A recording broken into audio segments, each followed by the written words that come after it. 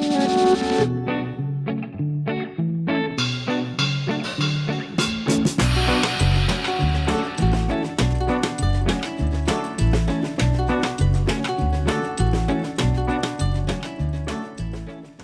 welcome back to another Moongo Plays video. Today we are on Horse Isle 3 Infinite Wilds, and I wanted to do a video on running your stores, having a store and running it, how to price your items.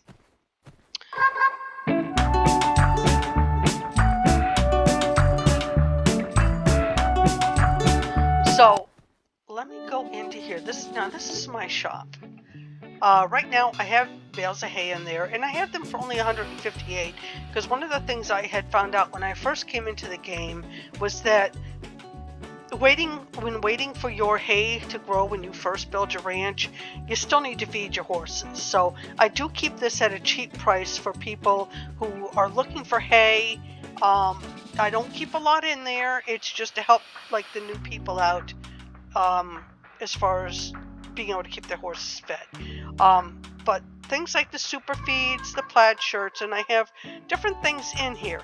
Now, the question is, how do you figure out how much to ask? Okay, that is a good question. How do you price your items? That is the biggest thing, and I think the most difficult thing about running a shop is to figure out what prices work.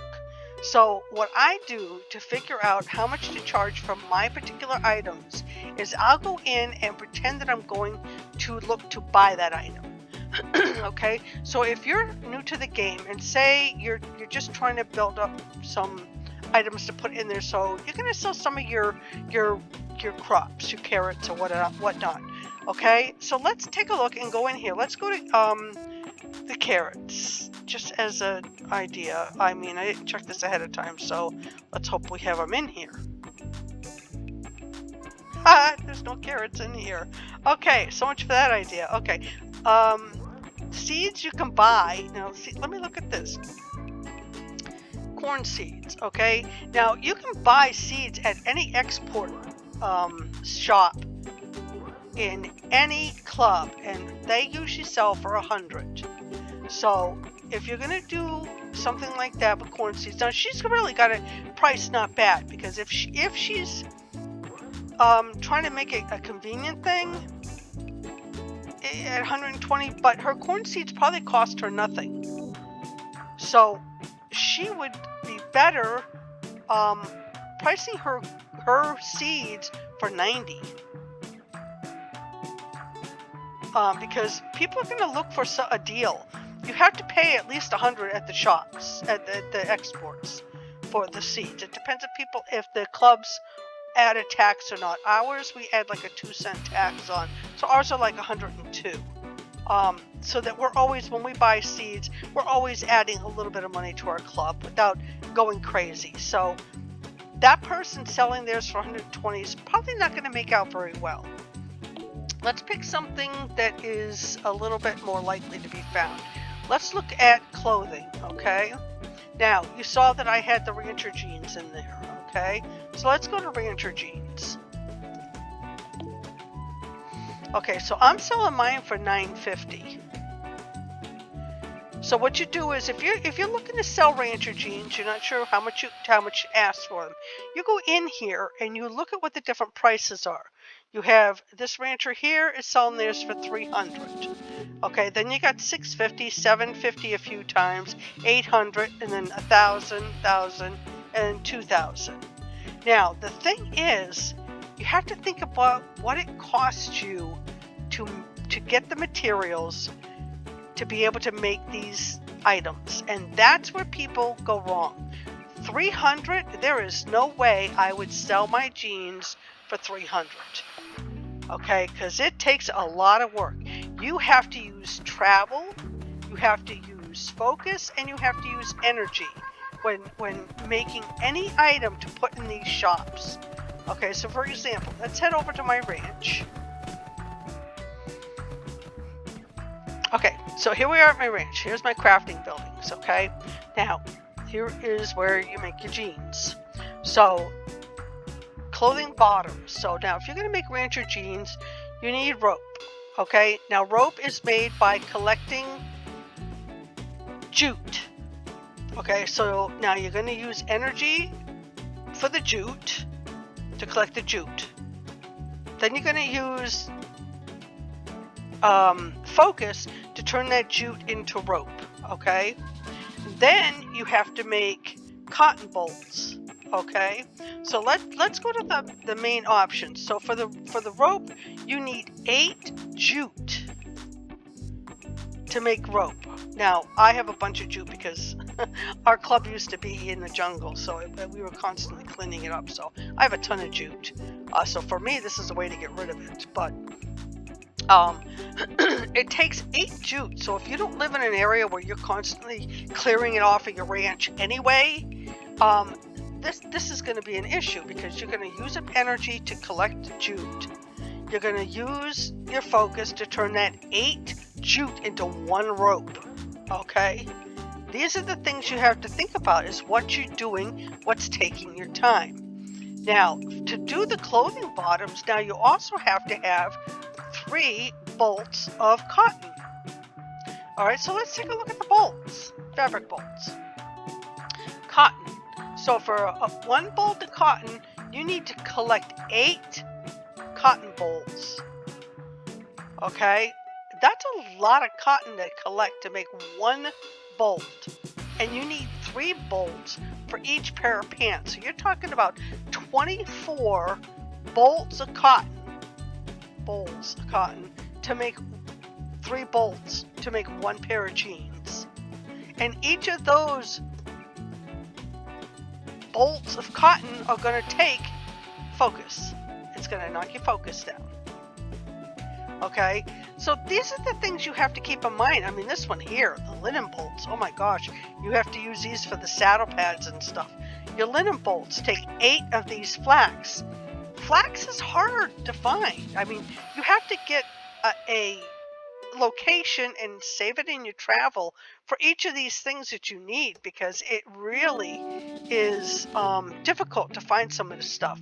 I have a really good area where I go for my cotton and to get my bolts, but I only have so much there, you know, so I have to go back continuously and resupply in order to remake.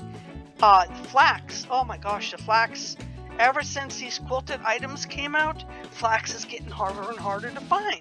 So anything that's got flax in it, or the linen bolts, the money should go up on, because rightfully you're out there constantly trying to find enough flax to make these bolts, because it takes 8 for each one. At least when you collect the cotton, you're collecting sometimes 3 and 2 and stuff at each one, but the flax, I believe you only collect 1 for each flax flower. So that takes a lot to get enough for those. I'm constantly on the lookout for flax. Wool, these cost you 100 gold dust per bowl. Okay, so I wind up going and I'll buy 100 bowls of wool, because wool gets used in everything. Okay, so to make one of these, you have to do 4 of these. Okay, and if you in the riding clothes, the riding English riding clothes, like the jacket and the hunt jacket and the hunt pants, the reason you probably don't see a lot of those out is it takes 16 silk cocoons to make 1 silk bolt. 16 cocoons to make 1 bolt of silk.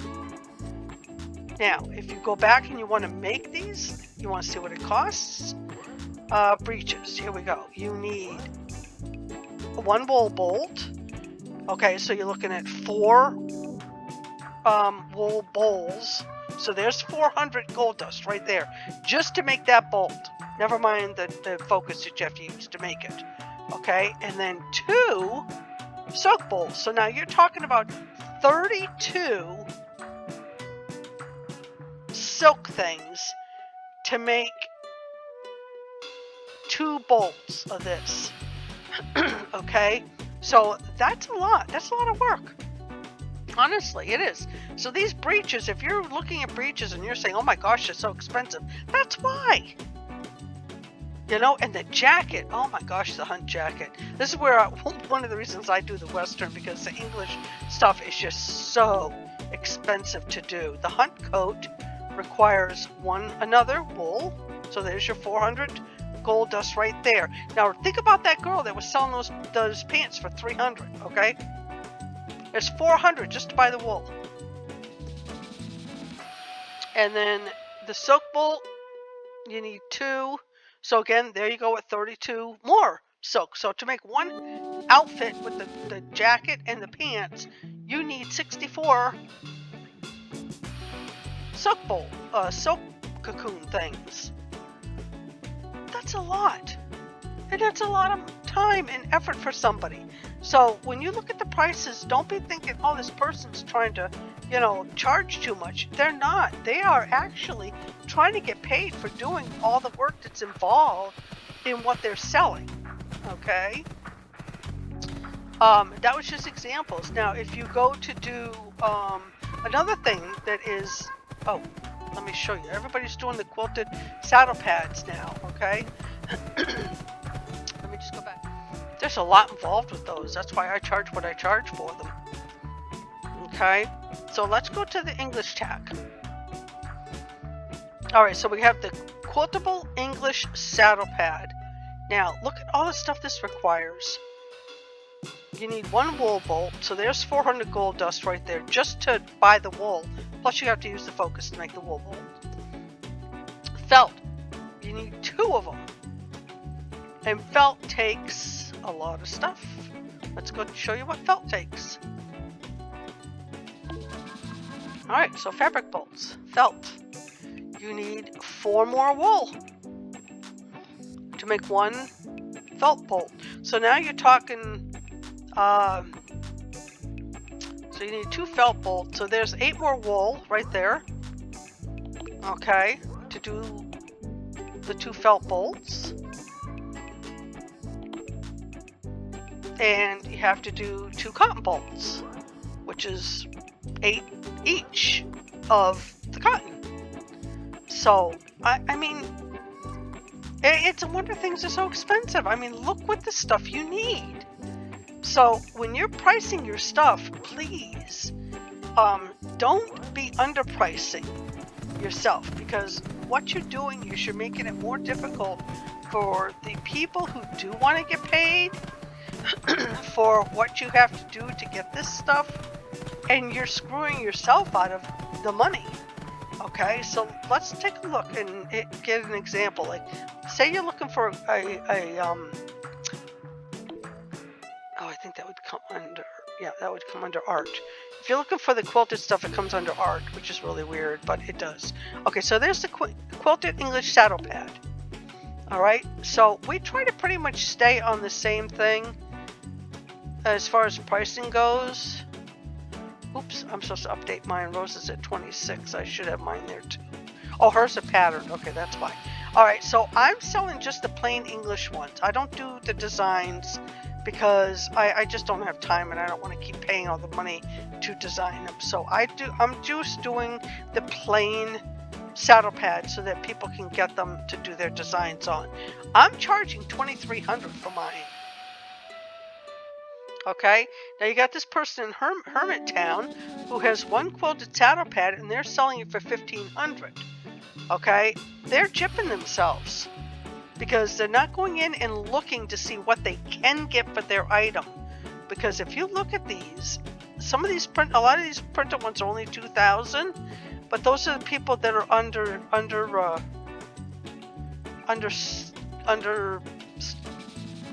pricing themselves. I think $2,500 for a quilted pad is reasonable, because you got to remember, when they do a design, the more designs they do, the more expensive that gets for them, the people who are making them, or for you if you're the one making them. Those designs get more expensive every time you publish one. So you have to sell more of them to get your money back. So you want to make sure that you're not underselling yourself and not paying yourself enough for what you're selling. Okay, I do the super feeds. Rose and I both do the super feeds.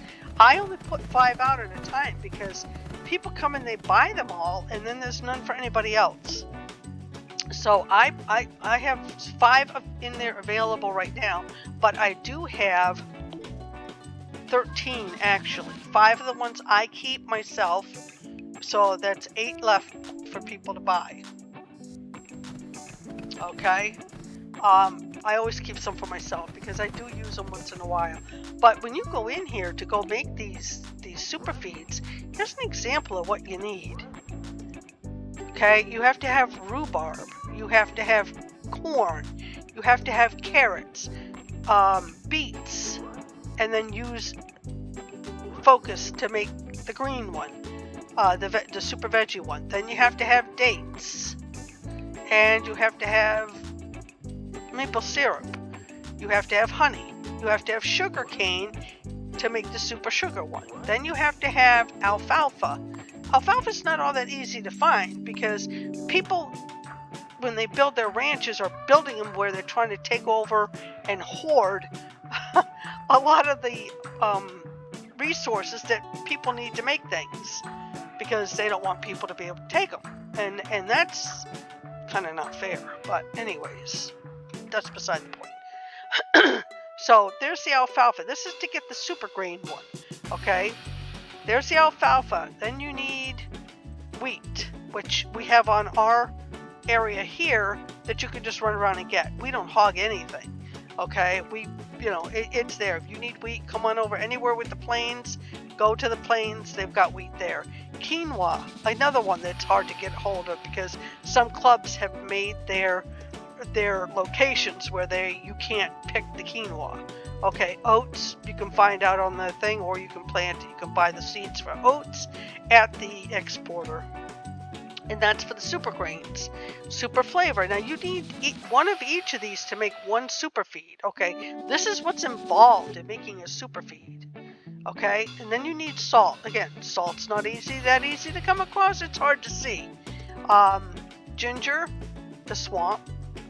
The vanilla beans, again, those are hard to get because there's not that many trees, and unless you find a spot that nobody has found yet, those things are picked. Mulberries, that you get when you're getting the silk things. The second thing on that tree is a mulberry. So if you click any silk bushes twice, you'll get a mulberry. So that could be a double serve thing there, and then that gets you the super flavor. And then to get the super feed, as you can see here, you need one of each of the 4 that I just talked about. So that is a lot. That uses your energy to pick all these things. It uses your travel to go get them. It uses your focus to create them. So you want to make sure that when you're doing these, you're charging a fair price for them. Okay, now let's go feed. It'll probably be in here. Okay, so let's look at super feeds. Okay, so I have them in my club. They're $27.50, and that I think is with the tax included.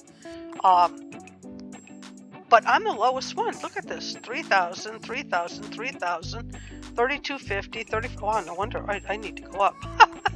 I need to increase my price because when I set this price, it was actually very comparable. I was in the middle area. I think people are finally realizing that this takes a lot of work, and I think that's why I'm running out of them so fast, because I've got the lower price. So I am definitely going to up my price more up into where these others are, so that I'm not constantly being cleaned out. Because that's all I do. I'm just constantly. I'll let her. She's probably here to buy my super feeds. Oh no! I'll let her get them. How much you want to bet they're gone?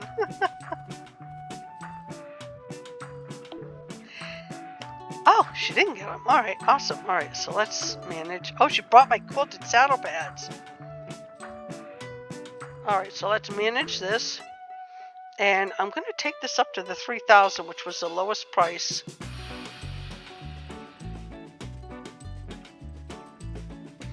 Actually, let's put mine at 2,900 because that's like my only thing selling, really. That and the quilted things. You want to be comparable if you know, but you don't want to shoot yourself in the foot either, you know. But yeah, so if you're going to run a store, that's what you want to do, because you have to keep in mind what it takes for you to get those items in your store when you're going to sell them. You see the wood and the stones in here. Now I have those in here for a little over 5,000 because what I'm doing is storing some extra ones in there. If people are desperate and they need it and they want to buy it for that price, hey, go for it. But that's really just extra storage for me for it.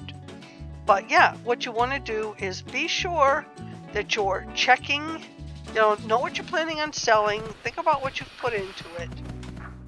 Go to your shopping board first.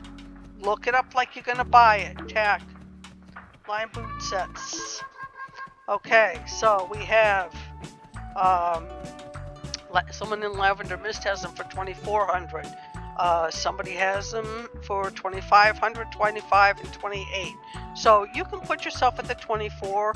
You can put yourself at 26.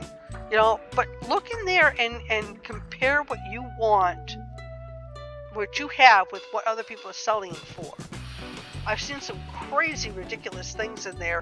People could have sold for so much more, and I've actually gone and bought their stuff and then resold it in my store for my price, because they're underscoring too many, underscore you too much. Then you're better off taking that competition off the board by buying it yourself and putting it in your shop at your own price, because they obviously are not aware of how to go about pricing their items. So hopefully that helps you with your shop setup and your pricing, and I'll see you guys next video.